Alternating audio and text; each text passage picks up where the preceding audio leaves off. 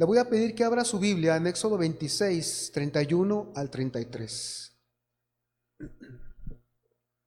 Éxodo 26, 31 al 33. Son 3 versículos, vamos a ver algunos otros. Y esta mañana llegamos a nuestro tema número 19, acerca del tabernáculo. Y se titula El velo.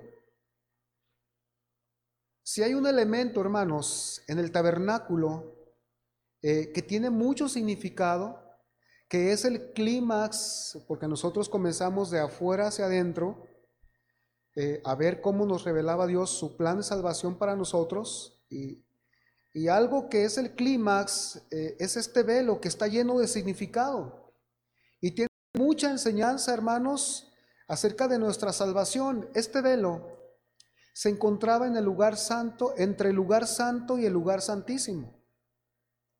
Y es de él del que vamos a hablar hoy.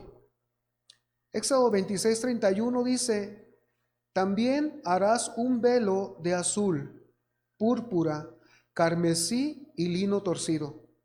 Será hecho de obra primorosa con querubines, y lo pondrás sobre 4 columnas de madera de acacia cubiertas de oro, sus capiteles de oro sobre basas de plata. Y pondrás el velo debajo de los corchetes, y meterás allí, del velo adentro, el arca del testimonio, y aquel velo os hará separación entre el lugar santo y el lugar santísimo.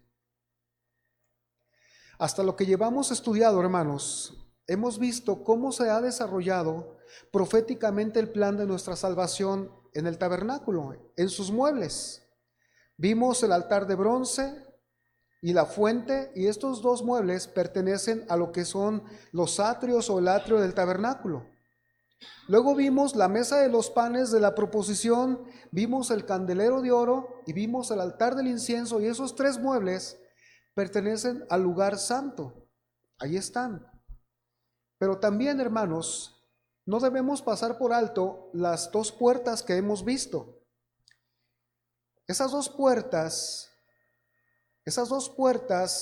puerta cortina, daban acceso a estos espacios. Una puerta daba acceso al atrio, y otra puerta, cortina, daba acceso al lugar santo.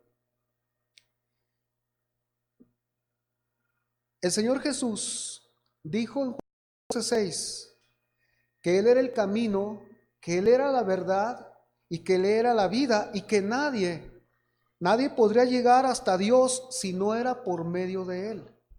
Palabras muy enfáticas: nadie viene al Padre si no es por mí.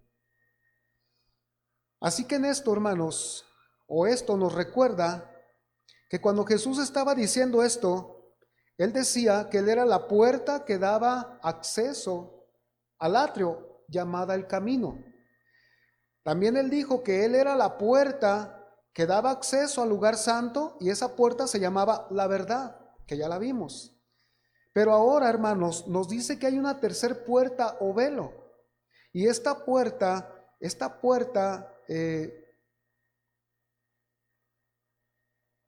que separaba el lugar santo del lugar santísimo es la puerta de la vida. Y aquí se completa el versículo del Señor: yo soy el camino, yo soy la verdad, yo soy la vida. Yo soy la puerta del camino, la puerta de la verdad, y yo soy la puerta de la vida. Eso dijo el Señor.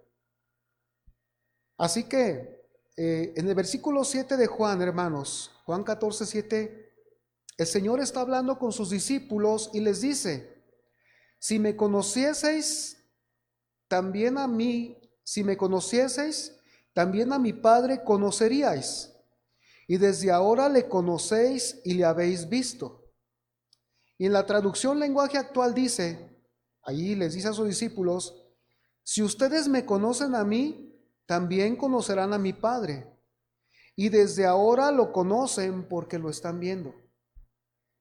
Y esto responde a la pregunta siguiente de de Felipe, que le dice: Señor, muéstranos al Padre y nos basta. Y es el Señor el que le dice: ¿tanto tiempo he estado con ustedes, Felipe, y no me has conocido? El contexto inmediato posterior dice que le dijo: cree en mí, cree que el Padre está en mí y yo en el Padre, y todo lo que he hecho, todo lo que he hablado es porque el Padre me ha dicho que yo lo hable. Entonces, hermanos, el Señor está diciendo, hay un versículo paralelo en Juan 17:3 que dice: y esta es la vida eterna, que te conozcan a ti, el único Dios verdadero, y a Jesucristo, quien has enviado. Y en la traducción lenguaje actual dice: y esta vida eterna la reciben cuando creen en ti y en mí. En ti, porque tú eres el único Dios verdadero, y en mí, porque soy el Mesías que tú enviaste al mundo. Por eso dice: yo soy el camino, la verdad y soy la vida. Jesús es la puerta de la vida, pero Él mismo es la vida. Nuestro primer punto es que vamos a ver las características del velo. Dice Éxodo 26:31: también harás un velo de azul, púrpura, carmesí y lino torcido. Será hecho de obra primorosa, con querubines, añade, con querubines. Y para comenzar, hermanos, en la palabra velo es una palabra que significa separación. Pero esta palabra velo también, separación, se deriva de otra palabra hebrea que tiene su raíz, y en esa raíz quiere decir dureza, rigor, severidad y violencia. Esto, hermanos, nos lleva a la idea de ver cómo era el velo entonces. Nos lleva a deducir que el velo no era liviano como nosotros podríamos pensar, que un velo así como la puertita esta que tenemos de tela transparente o blusas de velo. No. De acuerdo al significado, este velo era pesado, era grueso, y por lo tanto estaba muy difícil que ese velo fuera cortado, traspasado. Por eso este velo, en la misma palabra, reúne su significado. Velo igual a separación. Lo leemos en el 33, la segunda parte: y aquel velo os hará separación entre el lugar santo y el lugar santísimo. Bueno, hermanos, segundo, encontramos aquí los 4 colores mencionados. Una vez más, tenemos el azul, dice: harás el velo de azul, el cual nos habla del carácter de Cristo como Dios. Tenemos el púrpura, el cual nos habla una vez más del carácter de Cristo como Rey. Tenemos también el carmesí, que nos habla del carácter de Cristo como el sacrificio perfecto. El carmesí es el color de la sangre. Y finalmente tenemos el lino torcido o el lino, y nos habla del carácter inmaculado, del carácter sin mancha en la vida moral de Jesús. Ni en sus pensamientos ni en su vida hubo pecado, ni hubo falla. Nunca se ve registrado en la Biblia donde diga: vengo para que me perdones por la ofensa que te hice, o vengo para que pues disculpes mi equivocación. Nunca se ve eso, precisamente porque el carácter del Señor es santo, totalmente. Y nosotros, hermanos, nos damos cuenta cuando volvemos a leer estos 4 colores, que estos mismos estaban en todas las cortinas. Estaban en la puerta de entrada, en la puerta que se llama el camino. Estaban en las mismas cortinas de la puerta, de la segunda puerta, que es la verdad, y también la que nos llevaba al lugar santo, la que nos lleva al lugar santo. Pero también están estos colores en la puerta de la vida.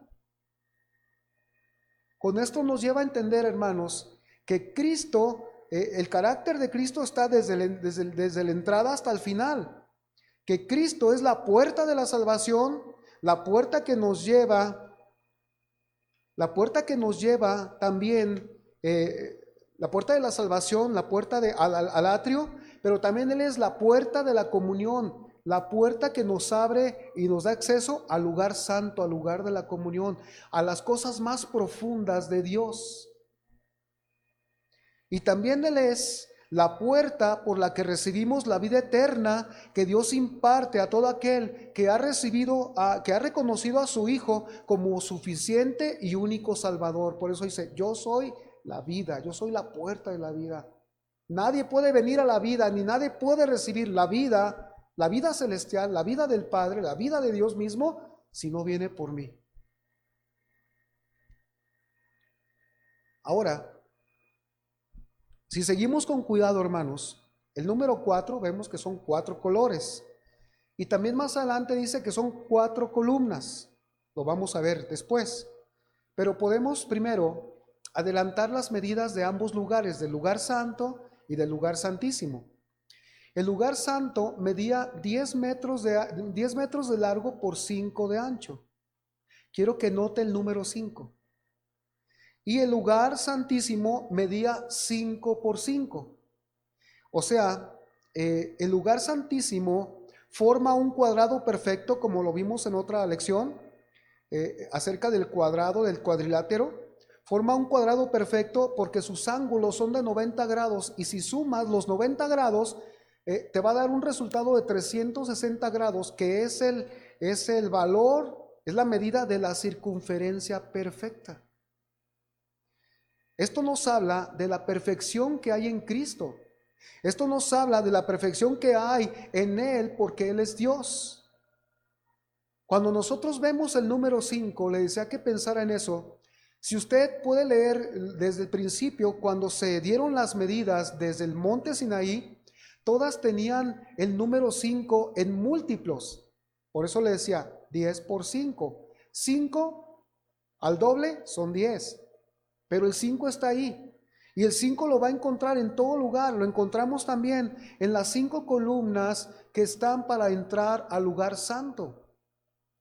Así que, hermanos, se demuestra que el número 5, hermanos, es el número de la gracia. Es el número de la gracia. ¿Por qué? Porque lo vemos desde Génesis, donde el 1 le corresponde al Padre, el 2 al Hijo, el 3 al Espíritu Santo. Y usted puede ver cómo es el proceso. Nuestro mismo Dios trino o triuno hace la creación. Pero después de que la creación, como número 4, después de la creación cae en pecado y es necesario otra intervención de Dios. Así que es necesaria la redención de su creación. Por eso es el quinto paso, ¿sí? Donde Dios abre su mano y demuestra su favor, su gracia sobre su creación. Por eso era un cuadro perfecto, el lugar santísimo, el lugar de la gracia. El lugar del favor de Dios, el lugar del favor de Dios hacia los que somos indignos en nuestro propio ser. Aquí va tomando forma, vamos adentrándonos en el conocimiento del Señor. Seguimos diciendo, por eso se hace necesario, hermanos, que la gracia del Señor obre. Porque la humanidad está caída, la humanidad está irremediablemente perdida a causa del pecado, a causa de no poder, a causa del pecado, y esto hace que la humanidad no pueda cumplir la ley de Dios. Porque desde un principio, acuérdese la ley de Dios cómo vino allí. De todo árbol podrás comer, mas del árbol de la vida, mas del árbol del conocimiento del bien y del mal no comerás. Ahí está la palabra, ahí está la ley del Señor. Y en esto Satanás actuó y cayeron, haciendo que el hombre fuera incapaz de poder cumplir las demandas de la ley del Dios santo, del Dios 3 veces santo. Por eso fue necesaria y hace necesaria la gracia.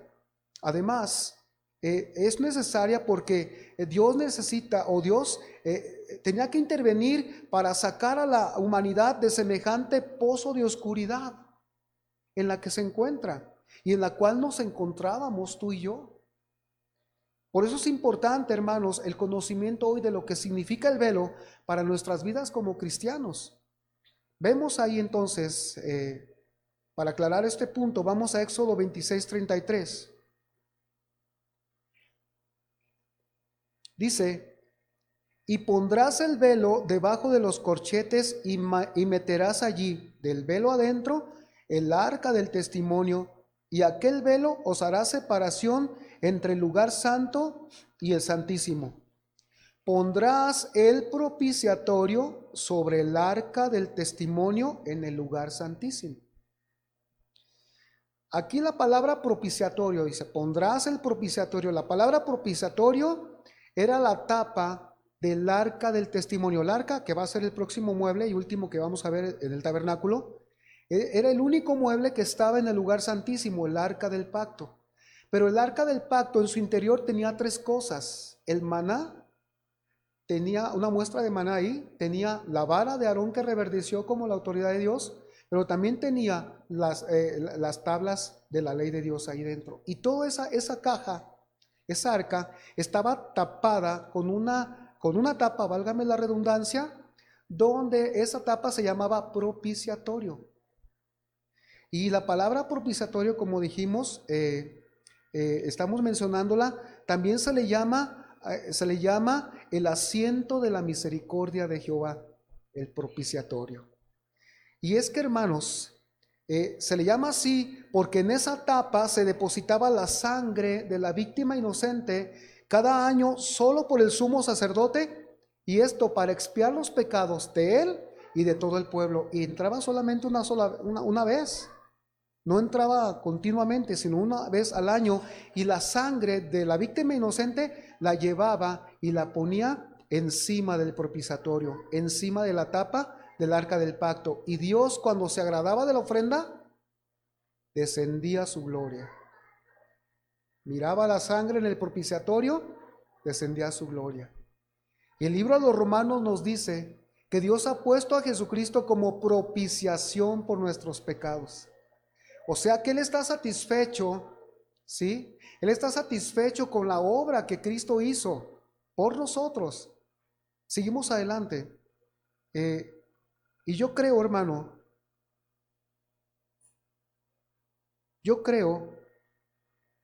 que el capítulo 5 de Romanos es el capítulo de la gracia. Cuando usted lee Romanos 5, usted ve que gracias a la justicia de Cristo, obtenida por la fe en su sangre, la gracia ahora, usted puede ver que nos sostiene nuestras tribulaciones, la gracia. La gracia produce fruto espiritual en nuestras vidas. La gracia es el sostén de nuestra esperanza segura de que vamos a estar con Dios. Por eso dice ahí en Romanos, ahí en el capítulo 5, y nos gloriamos en la esperanza de la gloria de Dios. Y atrásito dice, ahora nos gloriamos en las tribulaciones. Y más atrás dice, tenemos acceso a esta gracia por la fe, justificados por la fe. Así que, hermanos, haciendo una síntesis, también en el capítulo 5, la gracia, es por la gracia que Dios nos ha dado su Espíritu Santo, porque se llevó esa sangre al propiciatorio. Ahora, la gracia, en este mismo capítulo 5, demuestra su superioridad sobre la ley, el pecado y la muerte, porque luego del 5:12 en adelante nos demuestra, nos lo hace así, porque nos muestra el contraste entre la obra de dos hombres, la obra de desobediencia de Abraham y la obra de obediencia de Jesucristo a nuestro favor. Por eso hay versículos que dice, mas Dios muestra su amor para con nosotros, en que siendo aún pecadores, Cristo murió por nosotros. Y aún más, estando justificados en su sangre y con acceso a la gracia, podemos añadir, por el contexto, seremos salvos de la ira. Fíjese, vaya a Hebreos 9, 25 y 26. Viendo todavía el tema del propiciatorio, Hebreos 9, 25 y 26. Aquí este autor anónimo, humanamente hablando, aunque fue el Espíritu Santo, nos dejó escrito esto. Dice, desde el 24, porque no entró Cristo en el santuario hecho de mano, como entró aquel Aarón, el del Testamento, como sumo sacerdote, figura del verdadero, sino en el cielo. ¿Dónde entró Cristo cuando resucitó y ascendió? Entró al cielo. Al cielo mismo entró para presentarse ahora por nosotros ante Dios. y no para ofrecerse muchas veces, como entra el sumo sacerdote en el lugar santísimo cada año con sangre ajena. Cada año tenía que entrar, cada año, entrar y salir, entrar y salir. Y si acaso había pecado, dejaba de sonar algunas campanitas que tenía en su vestimenta y lo jalaban con una soga. Este traía pecado, sáquenlo. Vamos, otro sumo sacerdote. O sea, humanos.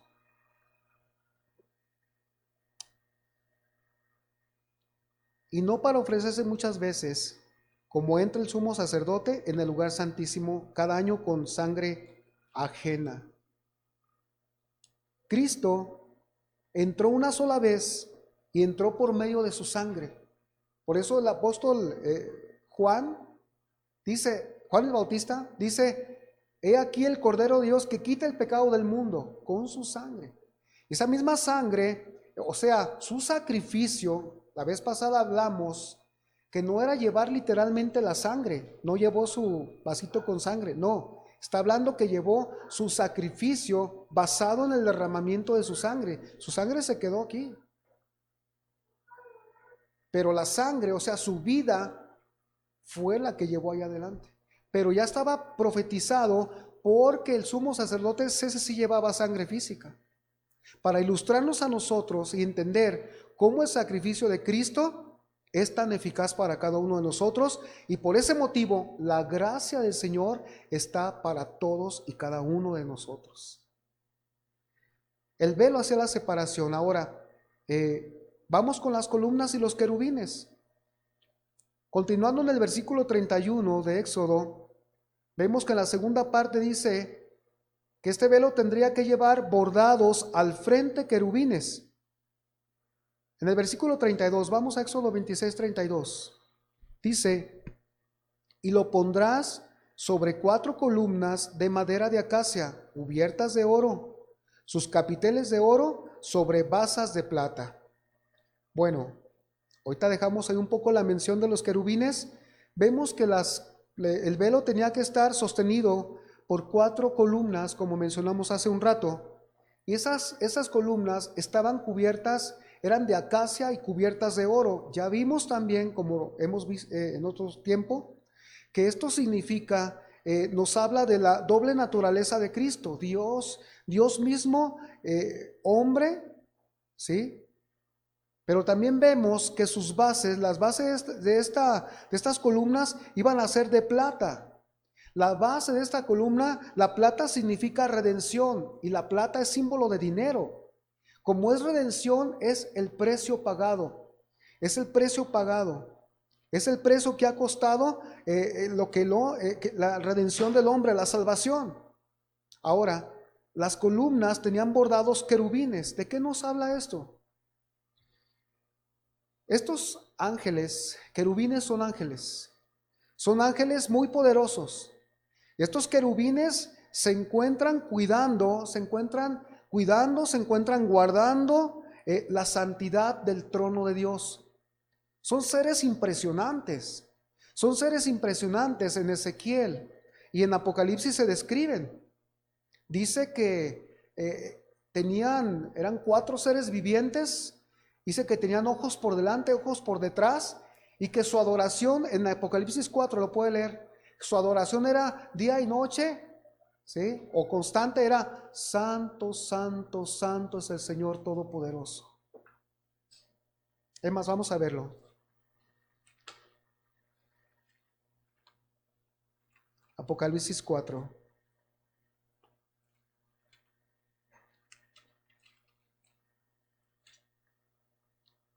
Dice, después de esto miré, y he aquí una puerta abierta en el cielo, y la primera voz que oí, como de trompeta, hablando conmigo, dijo, sube acá, y yo te mostraré las cosas que sucederán después de estas. Y al instante yo estaba en el Espíritu, y he aquí un trono establecido en el cielo, y en el trono uno sentado. Y el aspecto del que estaba sentado era semejante a piedra de jaspe y de cornalina, y había alrededor del trono un arco iris semejante en aspecto a la esmeralda. Apóstol Juan Había sido llevado un espíritu en la visión apocalíptica y él estaba viendo lo que era el trono de Dios. ¿Usted quiere conocer cómo es el trono de Dios? Vea solamente, lea Apocalipsis y gócese. Dice que había una refulgencia de colores, preciosísima. Piedra semejante a piedra de jaspe, a cornalina, pero dice que también alrededor había un arco iris. ¿Quién no admira el arco iris? ¿Quién no se pone a ver qué bonitos colores, qué majestuosidad del arco iris? Pues mucho mayor, 100%, eternamente, es la majestuosidad de nuestro Dios, del que está sentado en el trono, al que usted y yo esta mañana le hemos alabado y glorificado en el nombre de Jesús. Fíjese. Dice, y alrededor del trono había 24 tronos, y vi sentados en los tronos a 24 ancianos vestidos de ropas blancas, con coronas de oro en sus cabezas, y del trono salían relámpagos y truenos y voces, y delante del trono ardían 7 lámparas de fuego, las cuales son los 7 espíritus de Dios. El 6. Y delante del trono había como un mar de vidrio, semejante al cristal, y junto al trono y alrededor del trono 4 seres vivientes llenos de ojos delante y detrás. Alguien dice que las 4 columnas que están a la entrada del lugar santísimo están hablando de estos 4 querubines que están guardando el trono de Dios. Y creo que hay cierta verdad, hay verdad. ¿Por qué? Porque dice que estos seres vivientes estaban alrededor, junto al trono, y alrededor del trono 4 seres vivientes llenos de ojos delante y detrás. El primer ser viviente era semejante a un león, el segundo era semejante a un becerro, el tercero tenía rostro como de hombre, y el cuarto era semejante a un águila volando. O sea, aquí la palabra importante es como, semejante, no eran eso. Pero el Señor pone esta palabra con formas humanas para que podamos entender que son poderosos, que son fuertes, que son ágiles, que son inteligentes. Por eso rostro como de hombre, por eso como de águila, por eso de becerro, humildes a la vez. Pero que están ahí guardando el trono de Dios, dice, y no cesaban día y noche de decir, santo, santo, santo es el Señor Dios Todopoderoso, el que era, el que es y el que ha de venir. ¿Y quién ha de venir? El Todopoderoso. Aparecerá en las nubes, Jesús, amados. Por eso en las columnas, hermanos, encontramos acacia forrada con oro divino, hombre. Ahora, un hombre es Dios glorificado, está en la gloria y va a venir por cada uno de nosotros. Esa es la esperanza, hermanos. La vida es endeble, es débil. Nos leían una palabra en el Congreso: ordena tu casa porque pronto morirás. Y ya hubo una gran palabra ahí de Dios. ¿Por qué? Porque somos tan frágiles, hermanos, pero esto llena la visión en nuestros corazones y en nuestra mente. La meta se aclara, la meta nos fortalece, la visión se agranda y nuestros corazones se gozan. Amados, que los querubines tenían que estar allí también bordados en el velo. Váyase a Éxodo 25, 21. Dice: y pondrás el propiciatorio encima del arca, y en el arca pondrás el testimonio que yo te daré. Dice, de allí, o sea, del arca, de allí me declararé a ti, le dice a Moisés, y hablaré contigo de sobre el propiciatorio, de entre los querubines que están sobre el arca del testimonio, todo lo que yo te mandare para los hijos de Israel. Aparte de que los querubines estaban bordados en el velo, en la puerta de la vida, también en la tapa, lo vamos a ver la semana que entra, pero les adelanto, tenía un par de querubines que extendían sus alas, todos de oro, y tocaban ala con ala. Y esto habla precisamente de la misma imagen de cómo delante del trono de Dios están querubines guardando y cuidando la santidad de la majestad, de nuestra majestad. Ahora, ¿por qué? ¿Por qué querubines? Dice Génesis 3:24, vamos allí.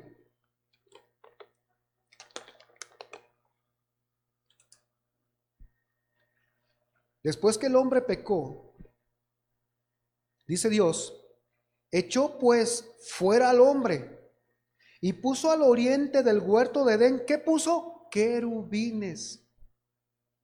¿Y qué más puso? Y una espada encendida que se revolvía por todos lados. ¿Para qué?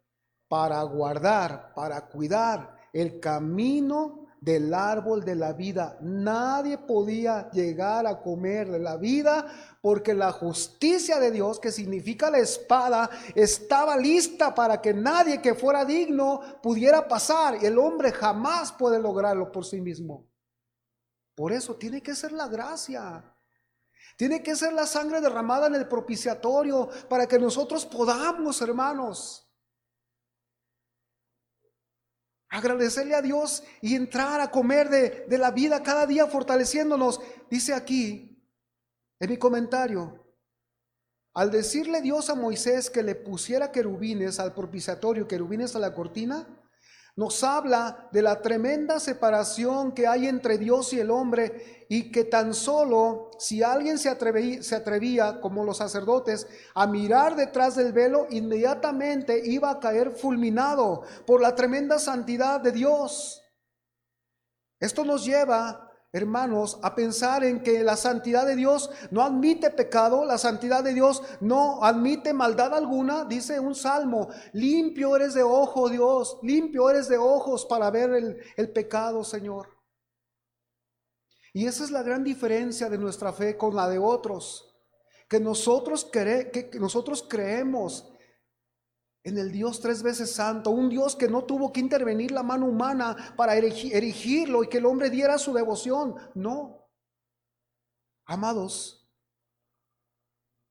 el hombre sin la redención de la sangre de Cristo no puede jamás acercarse a la presencia del Dios tres veces santo hasta que el mismo hombre acepte la justicia que Dios le otorga en Cristo, mientras la espada del juicio está sobre él. Porque la justicia de Dios tiene que ser satisfecha. ¿Qué es la justicia de Dios? Las demandas que exige su santa ley de los 10 mandamientos, amados. Eso es lo que exige Dios. Honrarás a tu padre y madre, no fornicarás, no dirás falso testimonio, no robarás, no codiciarás la mujer de tu prójimo, ni su buey ni su asno, no matarás. Vamos poniéndolo ahí en un cuadrito. Claro, no nos regimos por eso, pero la gracia nos lleva en el poder del Espíritu Santo a que eso se cumpla. Por eso es necesaria la gracia, hermanos. Amados, decíamos que esto se refiere cuando en el huerto del Edén se revolvía esa espada de fuego. Ahora, el lugar santísimo, donde estaba el arca del pacto, es el lugar de la presencia de Dios. Y el propiciatorio, hermanos, es el trono de Dios. Y era ahí donde se manifestaba la Shekinah, la nube de gloria de Jehová. Así que el velo, por eso estaba, para marcar la separación definitiva entre Dios santo y el hombre pecador. Y mientras el hombre, hermanos, por eso es que mientras el hombre permanezca en sus pecados, estará muerto y jamás alcanzará la vida eterna. Necesita pasar por la puerta de la vida, quien es Cristo, para que le sea dada por Dios, pero tiene que empezar por el altar de bronce, a reconocerlo como Salvador, entrar a la comunión y seguir el camino hacia Dios. Ese es el evangelio de la gracia. Por eso Pablo dijo, el evangelio de la gracia de Dios, el evangelio del favor de Dios, el evangelio que nos lleva a conocer que yo soy en mí mismo, no soy santo, que estoy siendo tratado como santo es por la justicia de Dios en Cristo, pero no soy santo en mí mismo. Pero sabe, en el Señor lo somos, por eso nos ve así a través de su Hijo. Ahora, amados, dice aquí Juan 3:36, el que cree en el Hijo tiene vida eterna, confirmando este punto. Pero el que rehúsa, el que no quiere, el que dice no mañana, después, El que rehúsa, por cualquier razón, el que rehúsa creer en el Hijo no verá la vida, nunca va a estar en la presencia de Dios, nunca va a lograr pasar de afuera hacia adentro. Nunca, no verá la vida, dice, sino que la ira de Dios está sobre él. Por eso decía, la espada de la justicia de Dios siempre está dando vueltas. ¿Por qué? Porque cada hombre que no tiene la justicia de Dios es un reo. Es un reo, es un prófugo de la justicia. ¿De cuál justicia? De la de Dios, aunque ande aquí libre. No ha cometido delitos terrenales, pero en su corazón hay pecados que están infringiendo la ley de Dios. Por eso, mientras permanezca ahí, Jesús le dijo a los fariseos, si no creéis que yo soy, o sea, el yo soy es el Dios, en vuestros pecados moriréis. O sea, esa muerte, ese moriréis, significa, estarás por siempre separado de la presencia de Dios, aunque ya lo estás. Por eso la ira de Dios permanece sobre él. Fíjese que, por eso, hermanos, cuando nosotros vemos el velo, vemos aquí entonces, también en 5:24, dice, de cierto os digo, el que oye mi palabra y cree al que me envió, ese tiene la vida eterna. Y no vendrá a condenación, mas ha pasado de muerte a vida. Es una obra espiritual, no la vemos. No la vemos, no tiene, muchas veces no influye en nuestras emociones, son convicciones. Así como nos convencemos de irnos a pie de aquí hasta una tienda donde compramos nuestros víveres, no ocupamos sentirlo. Ay, siento que debo ir a comprar mis víveres. Lo hacemos por naturaleza. Lo mismo también cuando nosotros hemos pasado de muerte a vida, comienza a haber cambios en nuestros corazones. Y es natural. Es creer, es confiar, es decir, sí. Ahora, cuarto punto, ¿qué significa el velo?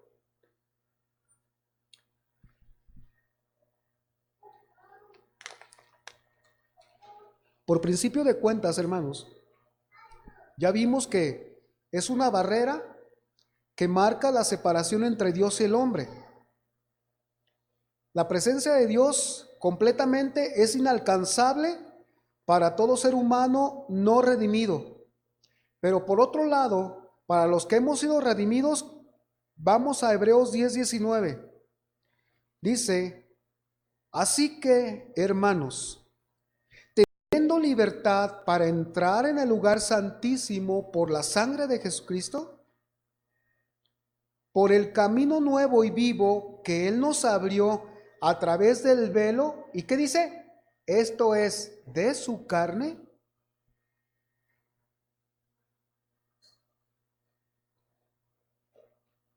Entonces, era una separación, pero también nos lleva a ver que el velo, hermanos, el velo era tipo del cuerpo de Cristo. Muchas personas, cientos, cuando Él estuvo aquí en la tierra, muchos lo vieron hacer milagros, lo vieron caminar, pero solamente vieron su humanidad. Pero su misma humanidad, hermanos, su mismo cuerpo estaba velando, estaba cubriendo la divinidad que había en Él. Como el velo cubría la entrada del lugar santo al lugar santísimo, y nadie podía ver hacia adentro, sino el sumo sacerdote cada año. Por eso es que Dios es manifestado en carne, hermanos. Desde el pesebre de Belén, la razón de la Navidad es que Dios se encarnó, y se encarnó para que tú y yo pudiésemos ver su obra derramando su sangre, y posteriormente entremos a la gloria, entremos a la vida eterna como Él también entró. Por eso Él es precursor, su cuerpo estaba velando, estaba cubriendo. Solamente aquellos corazones humildes, solamente aquellos corazones rendidos, solamente aquellos corazones que se sabían pecadores, se sabían enfermos, solamente ellos pudieron ver en Cristo Jesús, en su humanidad, pudieron ver al Hijo de Dios. Y los que no, solamente vieron que era un profeta, solamente vieron que era un maestro, otros solamente lo vieron como hijo de María, como hijo de José, como un carpintero, y muchos lo ven todavía como alguien que hay. Diosito, ¿no? ¿Cuál Diosito?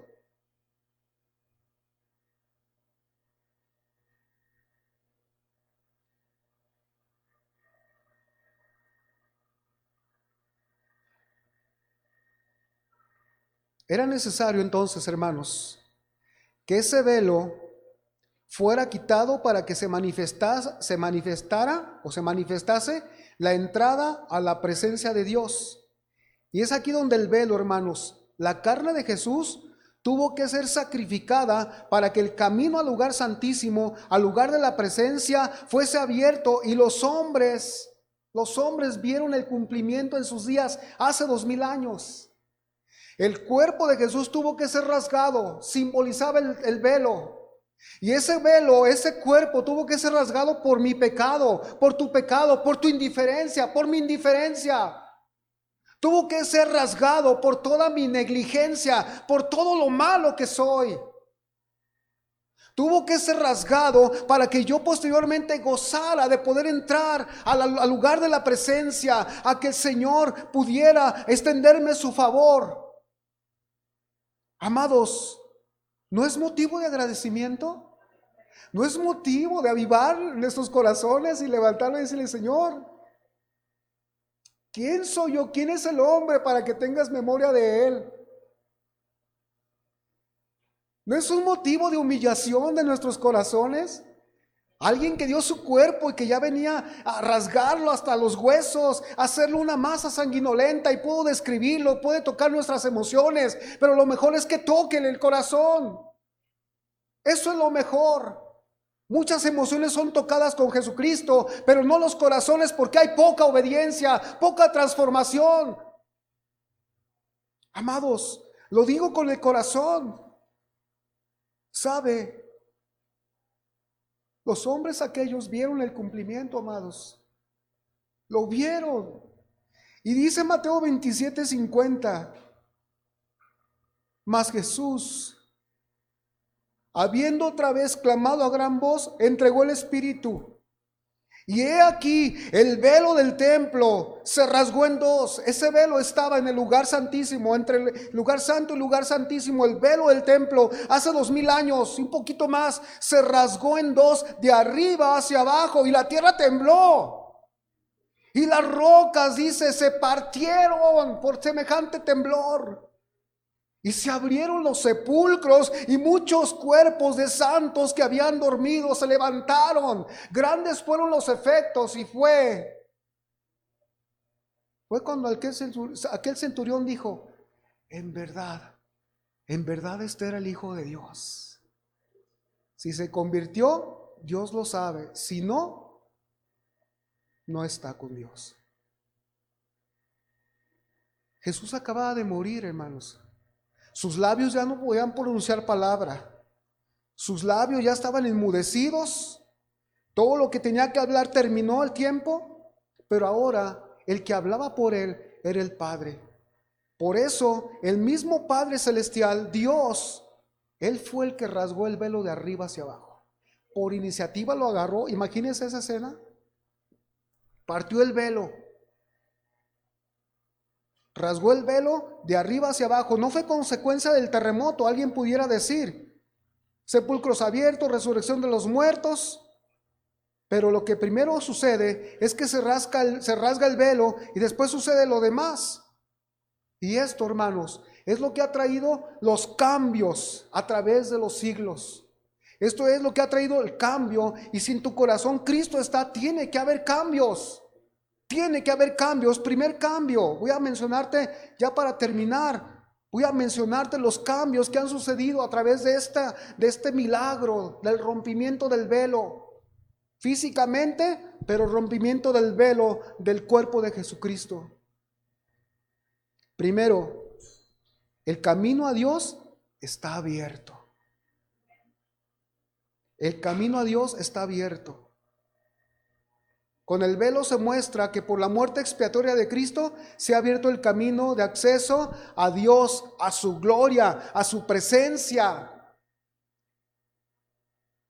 Segundo, hay un camino diferente. Cristo ha inaugurado un nuevo camino. ¿Por qué es diferente? Porque no es por medio de la ley ceremonial, no es por medio de las obras, es la fe, es camino vivo y nuevo. Vivo porque está vivo Jesús y se puede tener comunión con Él. Y Él ha hecho disponible el camino para otros porque Él mismo lo construyó y Él mismo lo atravesó.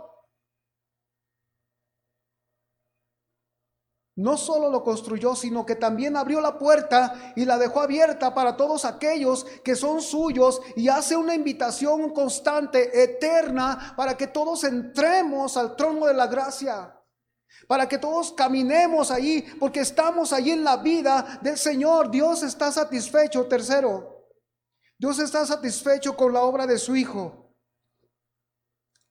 Cuando los sacerdotes presentaban los corderos pascuales, allá en Jerusalén, en ese momento ocurrió el milagro del rompimiento del velo.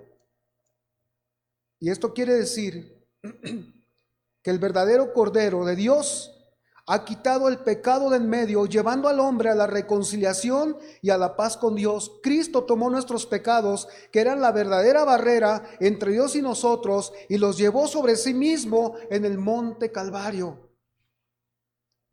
No se condene por sus pecados, no nos condenemos, amados.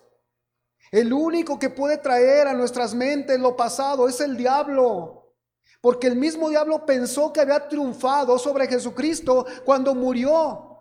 Pero cuando Jesús fue crucificado y murió y se rasgó el velo, entonces se proclamó la gran victoria, acceso a Dios para todo aquel que quiera. Acceso a Dios, bendición de Dios para todo aquel que se humilla ante el Señor y lo reconozca como el Cordero.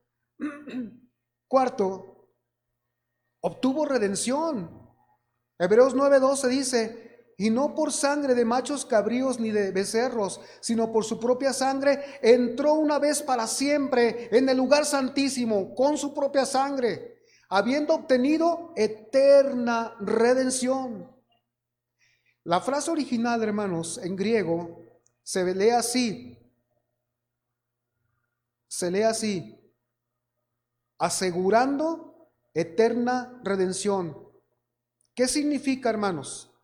Significa que el pecador que deposita su confianza en Cristo como su Salvador y Señor, fíjese bien, ponga mucha atención, ese es liberado para siempre de la penalidad del pecado.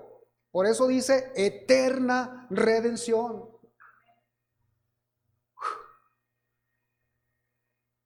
Oíamos un salmo que dice: llévame a la roca que es más alta que yo.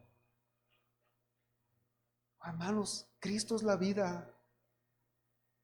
Cristo es la puerta de la vida. El trono de juicio, quinto punto, quinto cambio. El trono de juicio lo transformó en un trono de gracia. Ya no era aquel monte Sinaí, donde dice que temblaba el monte y los rayos y las voces y era fuerte el sonido, y Dios dijo: el que traspase los límites de este monte morirá, tanto un animal como del ser humano que esté allá abajo. Cuidado. Y ahora, hermano, porque es grande su santidad, no podemos, se nos explotaría el cerebro pensar o tratar de decir qué tan santo es Dios. No, ni se ocurra. Ni se ocurra. ¿Sabe? Dice Hebreos 4:16: acerquémonos pues confiadamente al trono de la gracia para alcanzar misericordia y hallar gracia para el oportuno socorro. Lo que antes fue un trono de condenación y juicio, lo que antes fue así, ahora es cambiado por una posición de bendición, un lugar de bendición. El hombre a través de Cristo puede acercarse a Dios con confianza, sabiendo que solo allí con Él va a encontrar solo gracia y amor.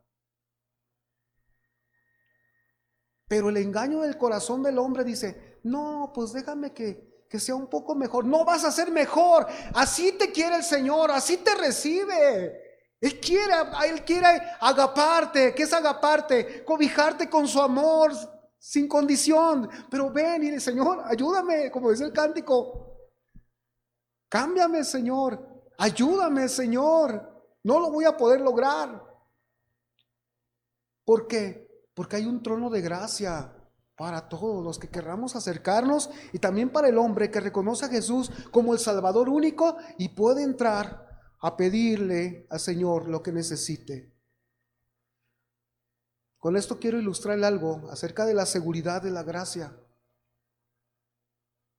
Antes de terminar, o para terminar, cuando me hicieron unas pruebas en la Marina, teníamos que correr y aventarnos la base de donde llegan los ferries, pues está alta, los barcos son altos.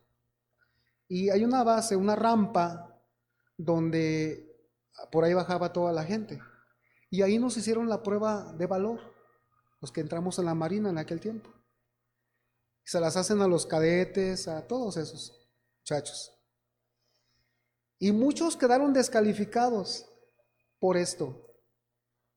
Porque decían, no importa cómo te avientes, aviéntate de bombita, de pies, de cabeza, pero aviéntate. Que lo que querían ver era el valor de cada quien para calificar como un soldado de la Marina.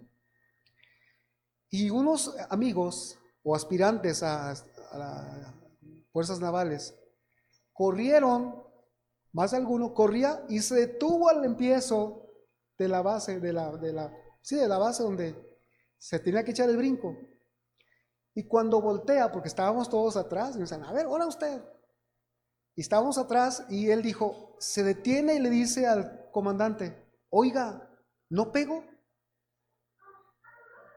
Era el mar, hermanos, no era una alberca. La gracia es tan grande, hermanos. La gracia es tan grande como para que te avientes a los brazos del Señor y no digas, ¿me va a ir mal o qué me va a pasar? La gracia es como el ancho mar. Y ese hombre dijo, ¿no pego? ¿Cómo vas a pegar? Tiene 10, 15 metros de hondo aquí este lugar. O más, pues entran los barcos, pasajeros. Desde ahí ya tienes que saber que ocupa profundidad porque se hunde el casco del barco profundamente, válgame la repetición. Y así es la gracia, cuando no la entendemos, cuando no, y más cuando decimos, ¿me ayudará el Señor? ¿Qué necesitas esta mañana? ¿Qué necesitas tú? ¿Qué necesito yo? ¿Sanidad? ¿Entendimiento de sus cosas? ¿Qué necesito? Decía un hermano, las manos de Dios tiemblan con ganas de bendecirte y tú no quieres venir a que te bendiga. Te ama tanto como no te puedes imaginar. Me ama tanto como no me puedo imaginar, como sea. Que te enojes, que no te enojes, que esto, que el otro, que así, que tus defectos te limitan. Ay, Señor, tú ven al Señor. Solo vas a encontrar gracia y amor. Aquí en la tierra vas a encontrar con que, otra vez te enojaste, otra vez, aquí sí, pero allí no. Amados, la gracia del Señor.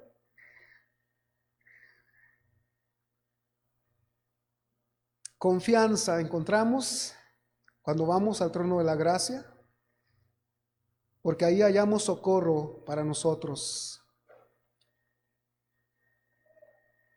Jesús, con su propia sangre, nos aseguró que seríamos bien recibidos en todo momento delante de la presencia del Padre. Dice Hebreos 4:14 y 15 para terminar. Por tanto, teniendo un gran sumo sacerdote que traspasó los cielos, Jesús el Hijo de Dios, retengamos nuestra profesión. O sea, sigamos adelante, no fluctuemos. Tenemos un sumo sacerdote que traspasó los cielos. Retengamos nuestra profesión, porque no tenemos un sumo sacerdote que no pueda compadecerse de nuestras debilidades. El Señor sabe que soy débil y que tengo un montonón de defectos, lo sabe. Es normal. Lo anormal es que yo no diga, Señor, reconozco esto en mí, cámbiame a tu imagen, oh Señor. No tenemos un sumo sacerdote que no pueda compadecerse de nuestras debilidades, sino uno que fue tentado en todo según nuestra semejanza, pero sin pecado. Él sabía que la humanidad necesitaba la gracia. Vino y se ofreció en sacrificio, se rompió el velo, fue sacrificada su carne Y ahora tú y yo, por eso podemos tener cada momento de nuestras vidas como un culto a Dios, como un culto diario. ¿No te da gusto, hermano? Dale un aplauso a Dios esta mañana. Amén. Amén. Vamos a ponernos de pie, hermanos. Vamos a dar gracias.